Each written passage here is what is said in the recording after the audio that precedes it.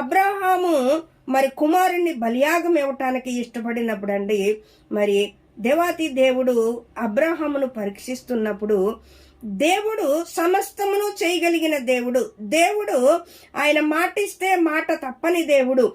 ఆది కాండంలో 15వ అధ్యాయంలో కానివ్వండి, 17వ వచనంలో కానివ్వండి, ఇదిగో నేను నీ సంతానాన్ని ఇసుకరేణు వలె చేస్తాను, ఆకాశ నక్షత్రం వల్ల నేను చేస్తాను అని వాగ్దానం చేసిన దేవుడు ఇదిగో నా కుమారుని బలియాగం ఇమ్మంటున్నాడు. ఎందుకు ఇమ్మంటున్నాడంటే నన్ను ఏదో నా తండ్రి నన్ను పరీక్షిస్తున్నాడు, నా హృదయంలో ఉన్నది తెలుసుకుంటానికే నా దేవుడు పరీక్షిస్తున్నాడనండి.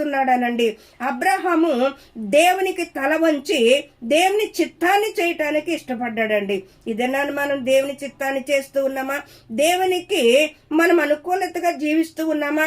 దేవుడు ఒకవేళ మన హృదయాల్ని పరిశోధించి పరీక్షిస్తే గనక నిజమైన ప్రేమ మన హృదయాల్లోంచి దేవుడు